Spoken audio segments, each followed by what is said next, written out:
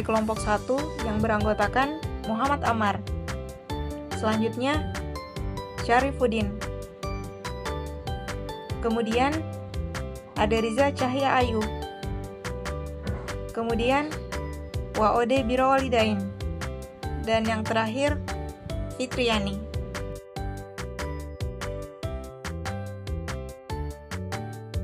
Assalamualaikum warahmatullahi wabarakatuh. Halo guys, kami dari mahasiswa PPG Calon Guru tahun 2024 akan mendemonstrasikan pemikiran Ki Hajar Dewantara tentang dasar-dasar pendidikan. Yuk tonton videonya. Pertanyaan pertama, apa makna kata menuntun dalam proses pendidikan? Menuntun bukan sekadar mengarahkan, melainkan juga melibatkan pendampingan anak dalam setiap langkah proses belajarnya. Hal ini mencakup pemberian bimbingan yang komprehensif untuk membantu anak mencapai tujuan pendidikan. Salah satu aspek penting dari menuntun adalah pemberian contoh yang baik. Bukankah guru adalah digugu dan ditiru? Itulah semboyan kita menjadi seorang guru. Selain itu, pengembangan kemandirian juga menjadi bagian yang esensial dengan memberikan kesempatan kepada anak untuk belajar, membuat keputusan sendiri, sehingga mereka dapat tumbuh menjadi individu yang mandiri. Tak kalah pentingnya adalah dukungan emosional, membantu anak merasa aman dan dicintai sepanjang proses pembelajaran. Dalam hal ini, menuntun juga berarti menanamkan nilai-nilai moral dan etika yang akan membentuk karakter anak di masa yang akan datang. Olehnya itu, pembelajaran berkelanjutan diajarkan sebagai sebuah proses seumur hidup di mana setiap pengalaman adalah kesempatan untuk belajar. Pendidik dalam peran mereka sebagai pamong tidak hanya memberikan arahan, tetapi juga berkolaborasi dengan peserta didik untuk menciptakan apa? Ruang berpikir kritis dan refleksi, sambil mendorong komunikasi kreatif yang membantu peserta didik menemukan jati diri mereka tanpa kehilangan arah. Pertanyaan kedua, bagaimana kata menuntun dimaknai dalam konteks sosial budaya atau nilai-nilai luhur di daerah saudara? Serta apa sih yang dapat saudara lakukan untuk dapat mewujudkan pendidikan dengan konteks budaya? Di daerah saya, Kabupaten Bone, sangat kental akan budaya Bugis yang menjadi tuntunan kehidupan secara turun-temurun. Dalam bahasa Bugis kita kenal dengan Papa Setoriolo. Kata menuntun dapat kita maknai sebagai upaya yang dilakukan oleh seseorang untuk memperbaiki perilaku hidupnya, mengarahkan kepada hal-hal baik, positif, serta menjadi bagian dari masyarakat. Kata menuntun juga bisa kita artikan sebagai usaha dalam menuntun, mengarahkan, serta membimbing seseorang dengan penuh perhatian. Dalam konteks sosial budaya, kata menuntun ini memiliki peranan penting di dalam membantu seseorang untuk memahami norma serta aturan yang berlaku di dalam lingkungan masyarakat, yang dalam bahasa Bugis kita kenal dengan patupui riade pasanrei risarai. Menuntun juga menjadi bagian penting untuk pendidikan karakter, mental, serta moral dari seseorang. Selain itu, kata menuntun ini juga dapat diartikan sebagai upaya seseorang untuk memberi keteladanan atau contoh-contoh yang baik. Ya. Dalam bahasa Bugis kita kenal sebuah falsafah yang terkenal, yaitu taro ada taro gau, yang dimana memiliki nilai-nilai kultur atau budaya berupa geteng atau keteguhan, lempu, kejujuran, ada tongeng atau kebenaran, aca, kepintaran, warani, keberanian, serta asitinajang. Oleh karena itu, dalam budaya di daerah saya, konsep menuntun ini tentunya bukan cuma diartikan sebagai mengarahkan, tetapi bagaimana individu ini juga bisa menumbuhkan kesadaran akan tanggung jawab besar di dalam kehidupannya. Untuk mencapai yang namanya pendidikan dalam konteks sosial budaya, kita dapat mengintegrasikan nilai-nilai budaya lokal kita dalam proses pembelajaran.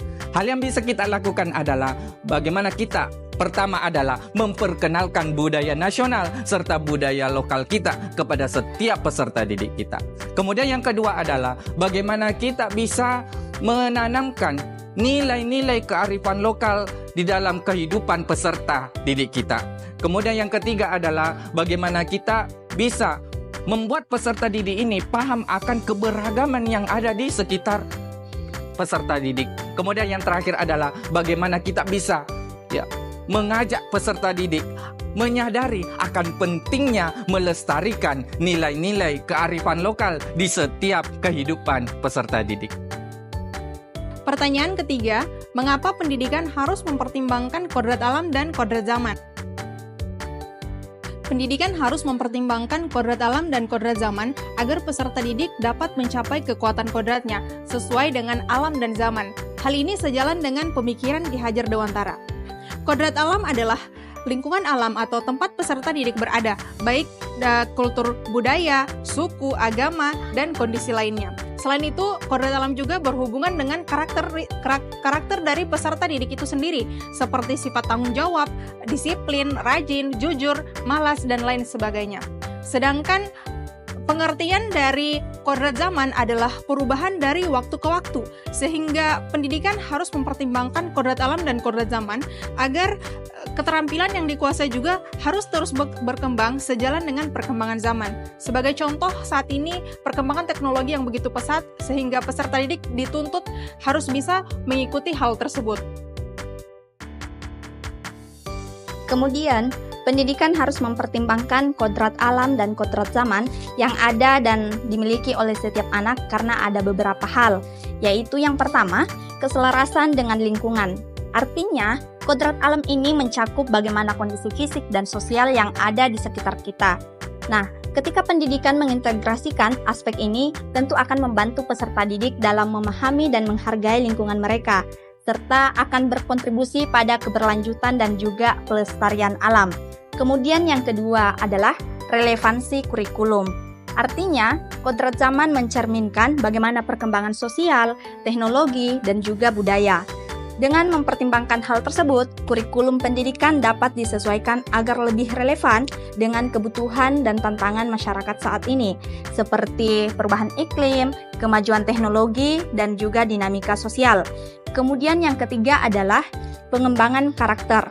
Artinya, dengan memahami kodrat alam dan kodrat zaman, ini tentu akan membantu peserta didik dalam mengembangkan karakter yang adaptif, di mana mereka dapat belajar untuk menghargai nilai-nilai seperti kerjasama, tanggung jawab, dan empati terhadap sesama maupun lingkungan. Kemudian yang keempat adalah kesiapan menghadapi tantangan. Artinya, pendidikan yang memperhatikan kodrat zaman akan mempersiapkan peserta didik untuk menghadapi tantangan global yang terus berubah, seperti isu-isu kesehatan, politik, dan juga ekonomi. Nah, ini juga akan menciptakan individu yang lebih siap untuk berkontribusi secara aktif di masyarakat. Kemudian yang kelima adalah inovasi dan kreativitas. Artinya, dengan memahami kondisi alam dan perubahan zaman, peserta didik didorong untuk berpikir kritis dan juga kreatif dalam mencari solusi untuk masalah yang ada. Kemudian yang keenam, ini adalah untuk pembentukan identitas. Artinya, pendidikan yang mencakup kodrat alam dan kodrat zaman dapat membantu peserta didik dalam membangun identitas mereka untuk lebih kuat, di mana mereka dapat menghubungkan nilai-nilai universal dengan budaya lokal yang ada.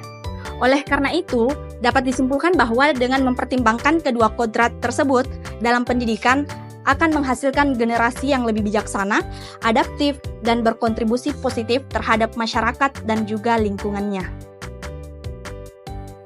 Pertanyaan terakhir, apa relevansi pemikiran Ki Hajar Dewantara mengenai pendidikan yang memerdekakan peserta didik dengan saudara sebagai profesi pendidik? Pemikiran Ki Hajar Dewantara mengenai pendidikan yang memerdekakan peserta didik sangat relevan dengan peran kami sebagai seorang pendidik. Nah, sebagai pendidik tentunya memiliki tanggung jawab untuk membantu peserta didik mengenali diri mereka dengan lebih baik, serta mendukung perkembangan potensi yang mereka miliki. Selain itu, sebagai pendidik juga harus bisa memastikan bahwa pendidikan yang diberikan kepada peserta didik tidak hanya berfokus kepada transfer pengetahuan, akan tetapi juga memberdayakan peserta didik agar menjadi individu yang lebih mandiri dan juga mampu berpikir kritis.